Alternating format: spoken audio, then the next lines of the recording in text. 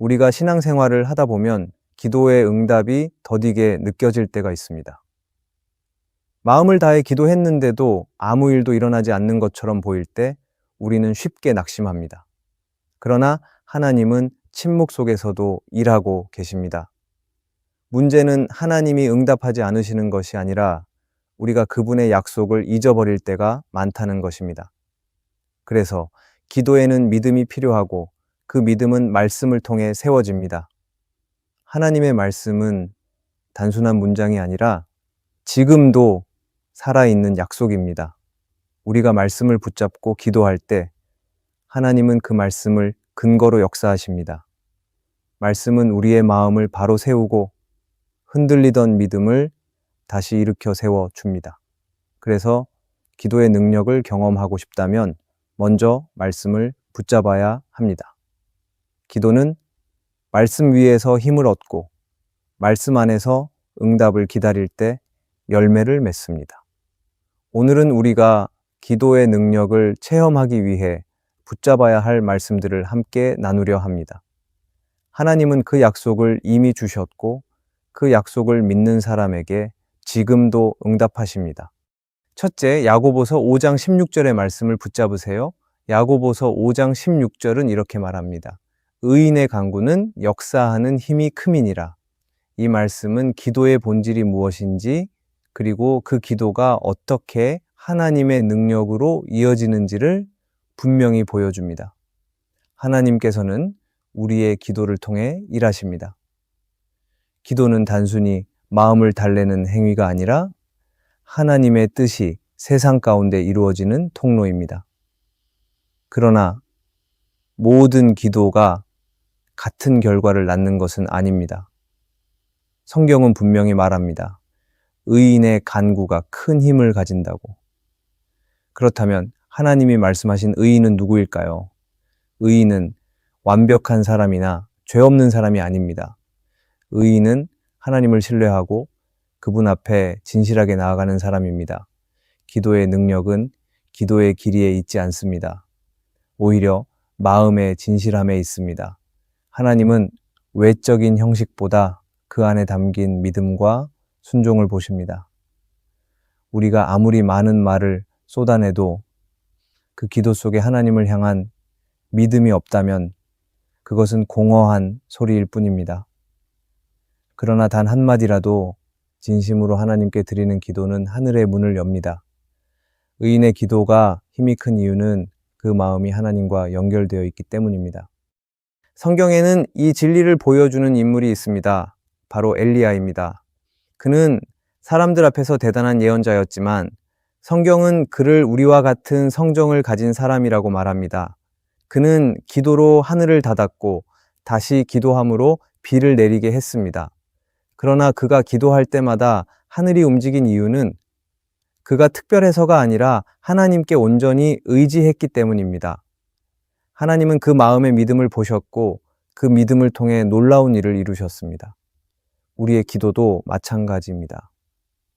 하나님은 특별한 사람의 기도만 들으시는 것이 아니라 믿음으로 드리는 모든 기도에 응답하십니다. 의인은 완벽한 사람이 아니라 하나님 앞에 자신을 낮추는 사람입니다. 그래서 부모가 자녀를 위해, 교회가 나라를 위해, 한 사람이 눈물로 이웃을 위해 기도할 때 하나님은 그 마음을 보십니다. 그 진실한 기도가 하나님의 손을 움직이고 역사를 바꾸는 힘이 됩니다. 기도는 하나님과의 대화입니다. 그러나 때로는 우리가 너무 조급해서 하나님이 들으시기도 전에 결과를 바라볼 때가 있습니다. 하나님은 응답을 지연시키는 것처럼 보이지만 사실은 그 과정 속에서 우리의 믿음을 자라게 하십니다. 그래서 기도할 때는 결과보다 관계를 더 중요하게 여겨야 합니다.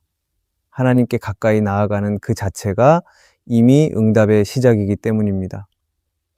하나님과의 친밀함이 깊어질수록 우리의 기도는 힘을 얻게 됩니다. 야고보서 5장의 말씀을 붙잡는다는 것은 단순히 구절을 기억하는 것이 아니라 그 말씀대로 살아가겠다는 결단입니다. 하나님은 오늘도 기도하는 사람을 찾고 계십니다. 형식이 아니라 마음으로 기도하는 사람, 자신의 뜻을 주장하기보다 하나님의 뜻에 순종하는 사람, 바로 그 사람이 의인입니다. 그 기도는 절대 헛되지 않습니다. 때로는 결과가 늦어지는 것처럼 보여도 하나님은 이미 일하고 계십니다. 우리의 눈에는 보이지 않아도 하나님은 그 기도를 통해 상황을 바꾸고 사람의 마음을 움직이십니다. 야고보서의 이 말씀은 우리에게 분명한 약속을 줍니다. 하나님은 진심으로 드리는 기도를 통해 역사하신다는 것, 그리고 그 기도는 생각보다 훨씬 큰 힘을 가지고 있다는 것입니다. 그러므로 오늘 우리의 기도가 작고 부족해 보여도 낙심하지 말아야 합니다. 하나님은 그 기도를 기억하시고 그 기도를 통해 새로운 일을 시작하십니다. 우리가 믿음으로 무릎을 꿇는 순간 이미 하늘은 움직이기 시작한 것입니다. 그러므로 오늘도 이 말씀을 붙잡고 믿음으로 담대히 기도해야 합니다. 의인의 간구는 지금도 놀라운 일을 이루고 있습니다. 둘째, 이사야 65장 24절의 말씀을 붙잡으세요. 이사야 65장 24절은 이렇게 말합니다. 그들이 부르기 전에 내가 응답하겠고 그들이 말을 마치기 전에 내가 들을 것이며. 이 말씀은 하나님의 응답이 우리의 시간표보다 먼저 움직이고 있음을 알려줍니다. 하나님은 우리가 기도하기 전에 이미 우리의 상황을 아시고 우리가 말하기 전에 이미 응답을 준비하십니다. 기도는 하나님의 마음을 움직이는 행위이기도 하지만 동시에 하나님이 이미 준비해 놓으신 응답을 발견하는 과정이기도 합니다. 그래서 우리가 기도할 때의 태도는 조급함이 아니라 신뢰여야 합니다. 하나님은 결코 늦지 않으십니다. 오히려 우리가 생각하기 전에 그분은 일하고 계십니다. 이 말씀을 깊이 묵상해 보면 놀라운 위로가 있습니다. 하나님은 우리의 말보다 우리의 마음을 먼저 들으십니다. 아직 기도가 완성되지 않아도 하나님은 이미 우리의 중심을 보십니다. 그래서 때로는 말로 표현하지 못한 한숨과 눈물 속에도 하나님의 응답은 시작됩니다. 우리가 기도를 멈추지 말아야 하는 이유가 여기에 있습니다. 하나님은 기도를 통해 우리의 마음을 읽고 그 마음 속에 담긴 믿음을 보십니다. 그리고 그 믿음을 따라 일하십니다. 성경 속 한나는 이 말씀을 증명하는 인물입니다. 그는 오랫동안 아이가 없어 괴로워했습니다. 그러나 그녀는 불평하지 않고 성전에 나아가 통곡하며 기도했습니다. 그 기도는 말로 다하지 못한 울음이었지만 하나님은 그 눈물 속에서 그녀의 믿음을 보셨습니다. 한나는 부르기 전에 응답을 준비하신 하나님을 만난 사람이었습니다. 그녀가 기도를 마치기도 전에 엘리 제사자를 통해 위로의 말을 들었고 결국 하나님의 약속은 이루어졌습니다.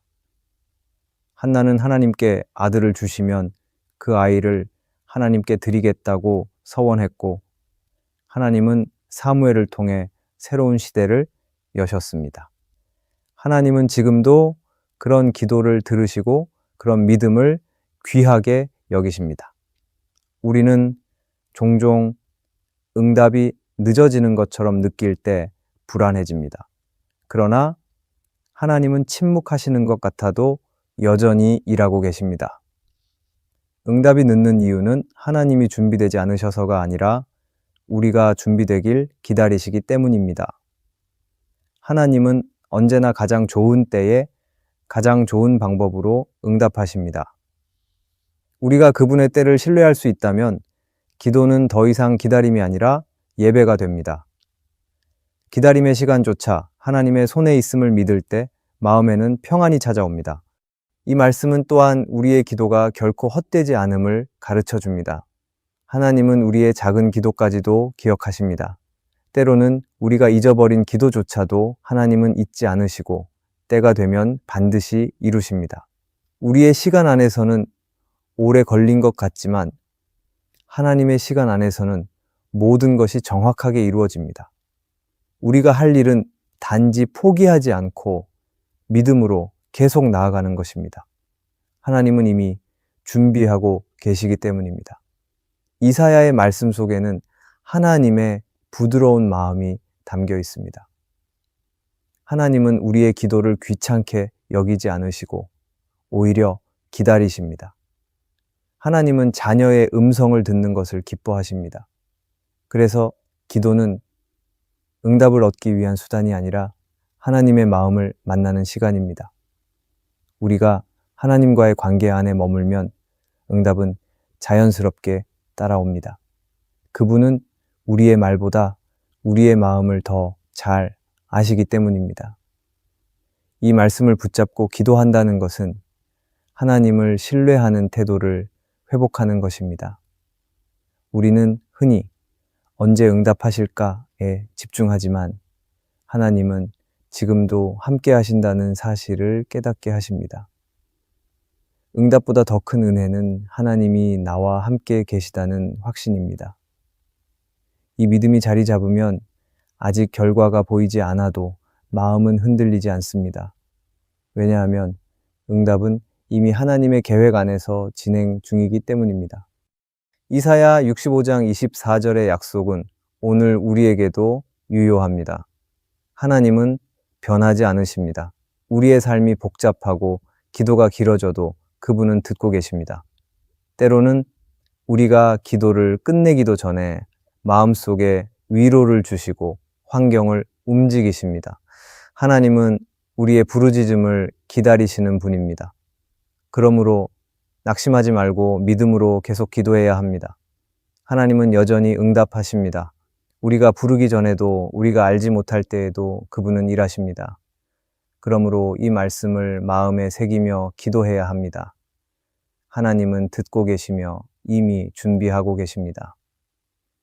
우리가 해야 할 일은 그분의 때를 신뢰하고 감사함으로 기다리는 것입니다. 그 기다림의 끝에는 반드시 하나님의 선하신 응답이 기다리고 있을 것입니다. 셋째 시편 50편 15절의 말씀을 붙잡으세요.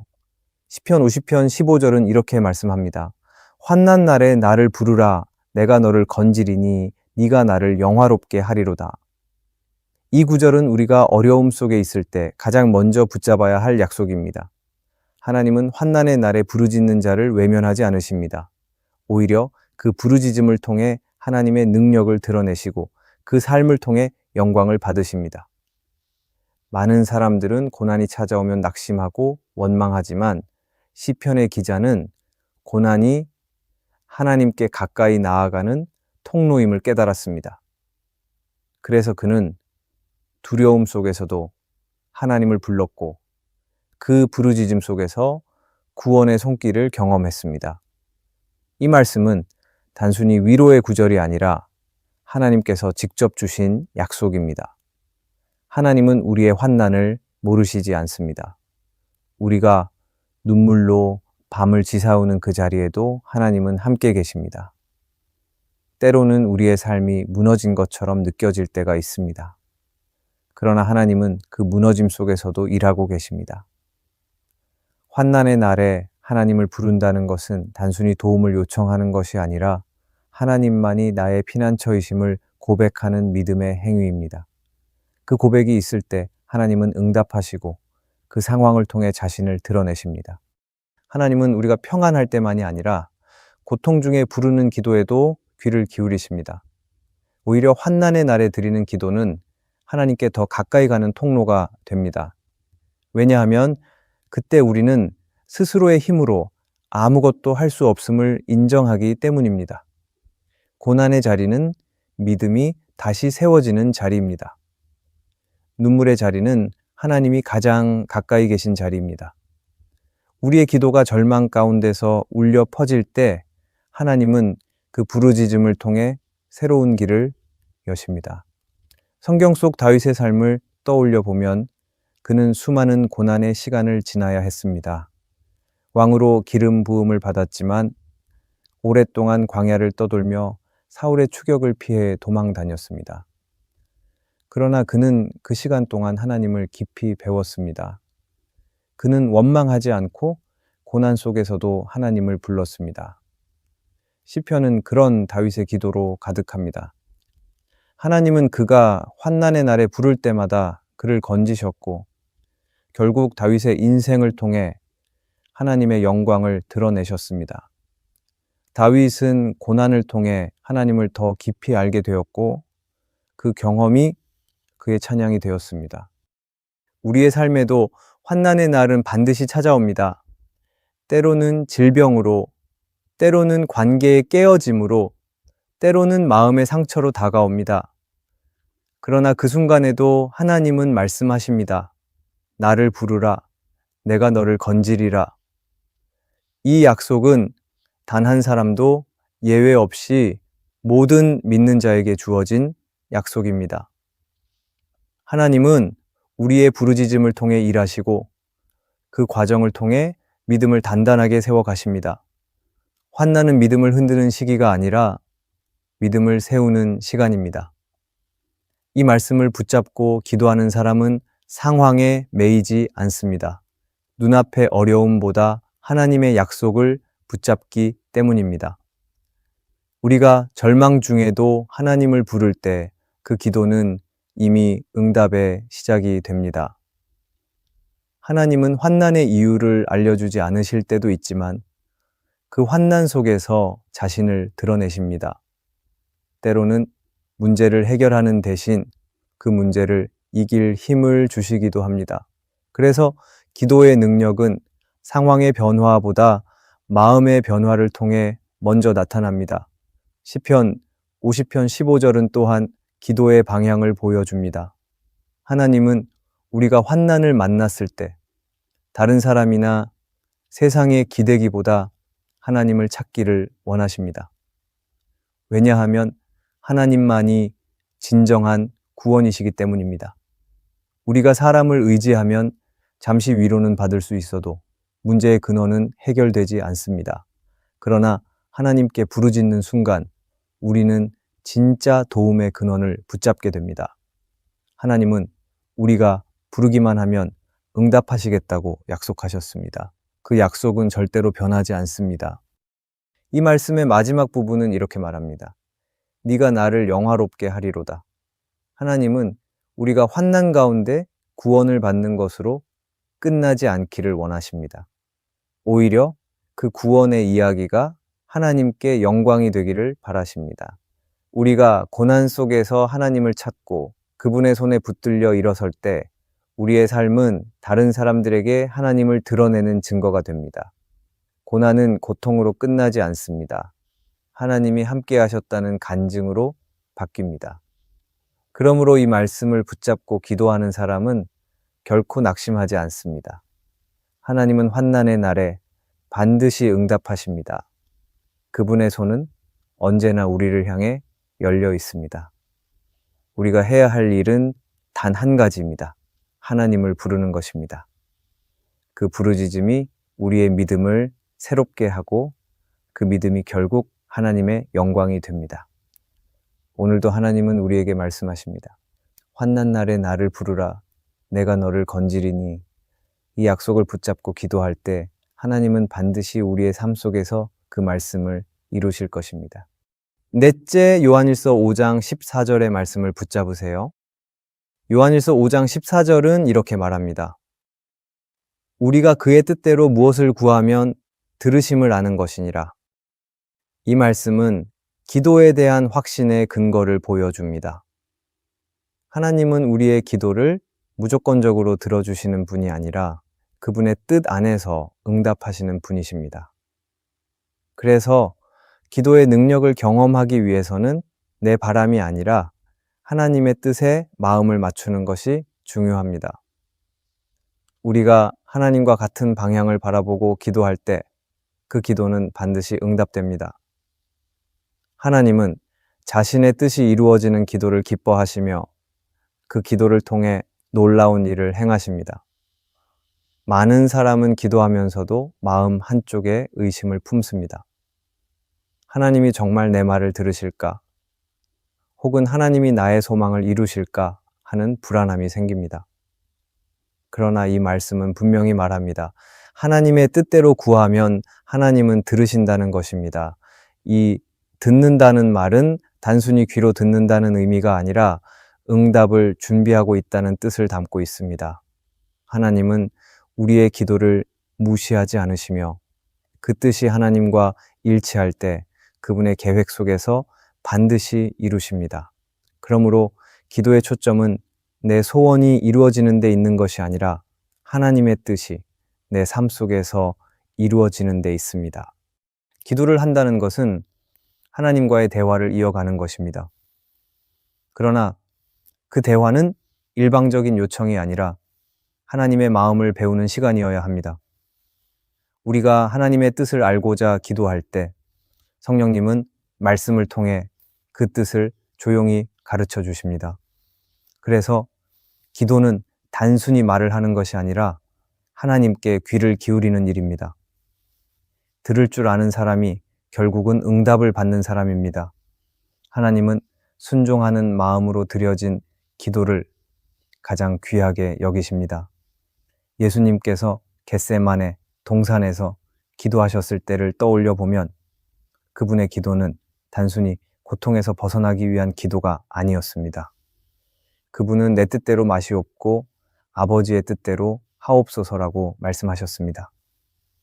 예수님의 기도는 순종의 기도였고 바로 그 기도를 통해 구원의 역사가 완성되었습니다. 우리 역시 기도할 때 이 마음을 품어야 합니다. 하나님의 뜻이 나의 생각보다 크고 선하다는 것을 믿고 그 뜻을 구하는 기도를 드려야 합니다. 그때 우리의 기도는 하나님의 능력과 연결됩니다.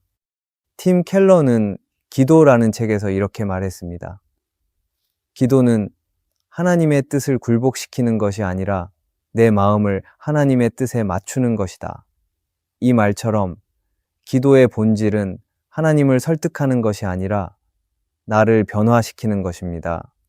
기도는 내 계획을 관철시키기 위한 도구가 아니라 하나님의 계획에 동참하는 믿음의 훈련입니다. 그래서 때로는 우리가 바라는 대로 되지 않아도 하나님은 여전히 선하게 일하고 계십니다. 그분은 우리의 단기적인 바람보다 영원한 유익을 위해 응답하십니다. 하나님은 우리의 현재를 넘어 미래의 믿음을 세우는 응답을 주십니다. 요한일서 5장 14절의 말씀은 우리가 기도할 때 가져야 할 두 가지 태도를 가르쳐 줍니다. 첫째는 확신입니다. 하나님은 우리의 기도를 들으시는 분이라는 확신입니다. 기도할 때 하나님이 듣고 계시다는 믿음이 없다면 우리의 기도는 쉽게 흔들립니다. 그러나 하나님이 살아계시고 지금도 나의 말을 들으신다는 믿음이 자리 잡으면 기도는 담대해집니다. 둘째는 겸손입니다. 하나님은 전능하시고 우리는 제한된 존재임을 인정하는 마음입니다. 겸손한 마음은 하나님의 뜻을 받아들이게 하고 그 뜻 속에서 평안을 누리게 합니다. 우리가 이 말씀을 붙잡고 기도할 때 기도는 단순한 요청이 아니라 신뢰의 고백이 됩니다.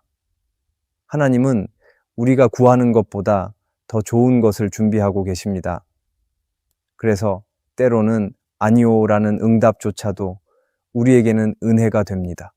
그 응답은 우리가 기대한 방향은 아닐지라도 결국에는 가장 선한 결과로 이어집니다.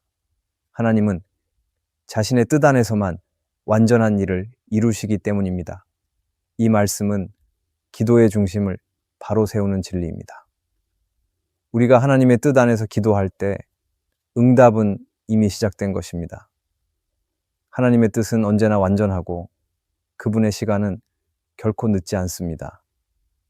우리의 기도는 그 뜻에 동참하는 길이며 그 뜻이 이루어지는 순간 하나님은 영광을 받으십니다. 그러므로 기도의 능력을 경험하고 싶다면 내 뜻을 내려놓고 하나님의 뜻을 구해야 합니다. 그 기도는 반드시 들으시는 하나님을 만나게 될 것입니다.